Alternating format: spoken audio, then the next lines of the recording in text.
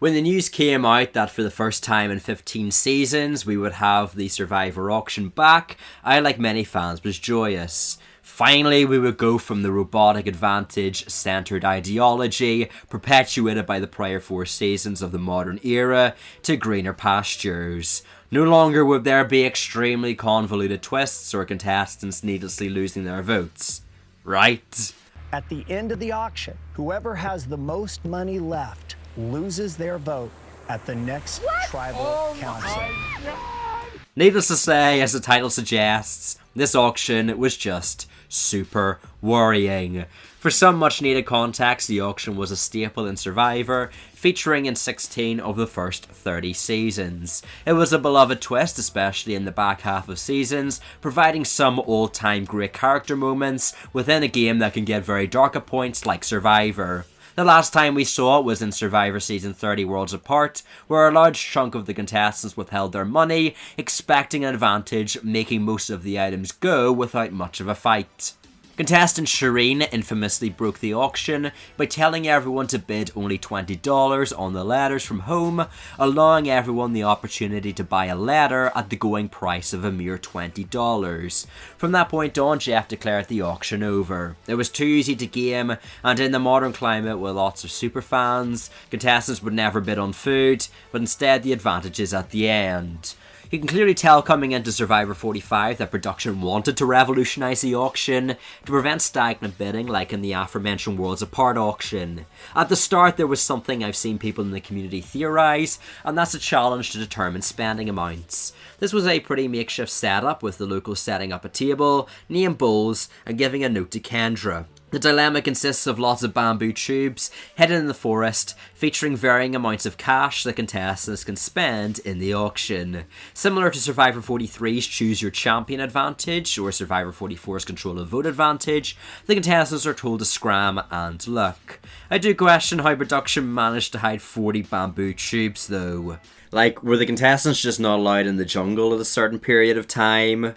Nevertheless, we have the chaos phase, with everyone racing out to get their bamboo tubes, with some fun editing showing Bruce sucking at his tortoise and the hare strategy. The tubes then are opened with their varying amounts of money. It can mean someone that found more scrolls, thus putting in more effort, can still end up with less money than someone else who found more scrolls, so this element of the auction I could leave or take. Then at the auction, Jeff reveals a massive barrage of twists that I have very different perspectives on. The first twist is actively good, as Jeff states there are no advantages at the auction. Even the contestants are happy with this twist.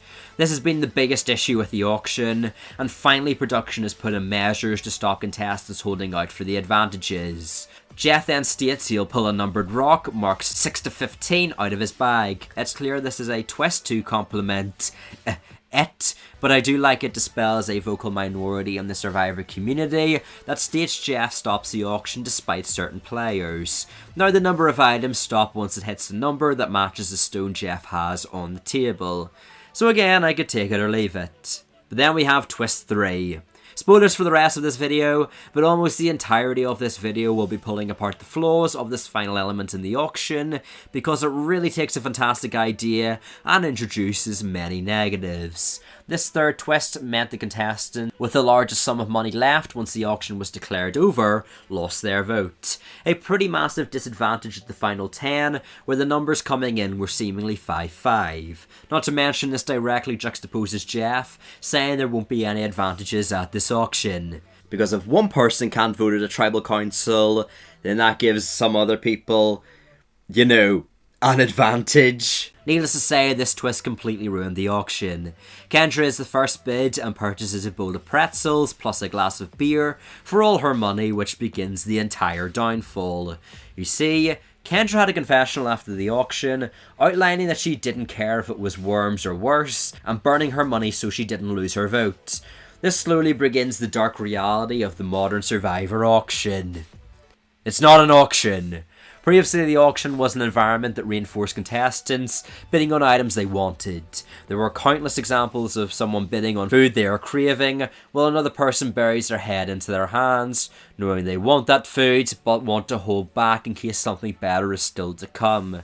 There is no imminent threat, it's free-flowing, and you feel this wholesome nature seeing contestants bid large chunks of money, simply to enjoy samples of home, through free will. The Survivor 45 auction now has instead become a chamber with an imminent threat looming, a contestant losing their vote if they have the highest amount of money left by a randomly decided stage in the auction.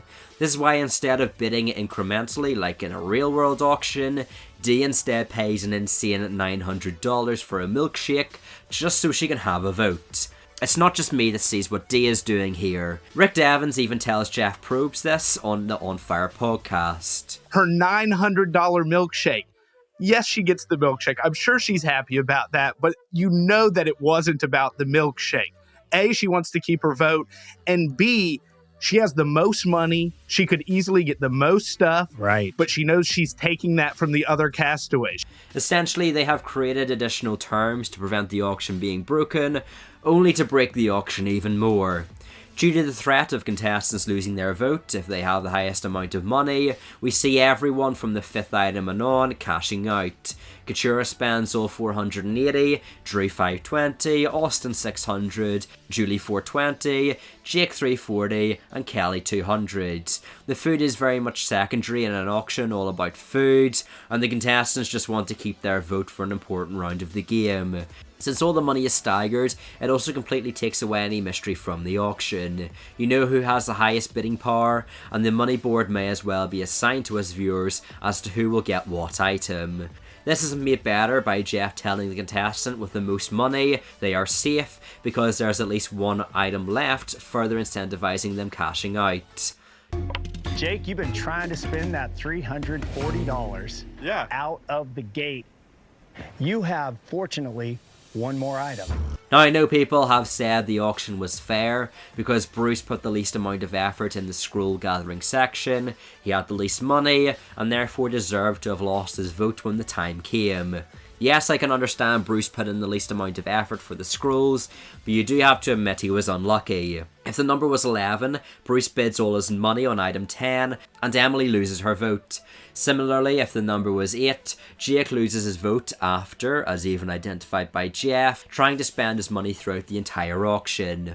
All these numbers had the exact same chance of being picked by Jeff. I think it was very fortunate it was Bruce who ended up losing his vote, so the edit could effectively paint him in a bad light, justifying him getting unlucky. It's very reminiscent of Sydney getting a very negative edit in 41 to lessen the sting from her elimination in the controversial merge. I think this really speaks to the modern era of Survivor, where they feel every single twist needs to have some advantage-based outcome, either resulting in advantages being handed out, or contestants having to lose something. We even see in the next episode this trajectory of contestants losing their votes seems to continue where the 3 contestants that lose the team challenge lose their vote. Jay on the On Fire podcast talks about how this auction in its entirety took 3 acts. Because of this, clearly we can see how much time was dedicated to the auction, and it would not have been viable to do this twist in the previous 60-minute format. With that said, all I think they needed to do to fix the auction was just remove the advantages. Something the production has said was the biggest issue. That way you're keeping the auction essentially the same for fans, and it doesn't take up so much time, allowing you to showcase more tribe dynamics. Essentially, it's allowing the show to have its cake and eat it too. I mean, you knew that pun was coming. But because of modern Survivor's philosophy, there always being a risk, I think this is the closest thing we'll get to what we once knew as the auction. Unless there is something else they could do, if production really wants an advantage or disadvantage present in the auction. As some of my commenters noted on my community tab, they could take inspiration from Australian Survivor's auction style. In these seasons, the advantages are hidden in food rewards, such as Shawnee's steal a vote buried in a jar of sweets. It means you're rewarding contestants for actually taking part in the auction, and testing how sneaky they can be to retrieve the advantage without others finding out. Another suggestion, again like Australian Survivor, is to hide advantages as covered items. Both examples literally tie into modern Survivor's philosophy of rewarding the contestants for taking a risk.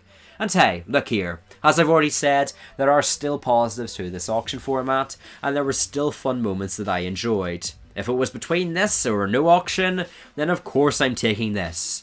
However, I feel it's a disservice to act like this product was perfect also.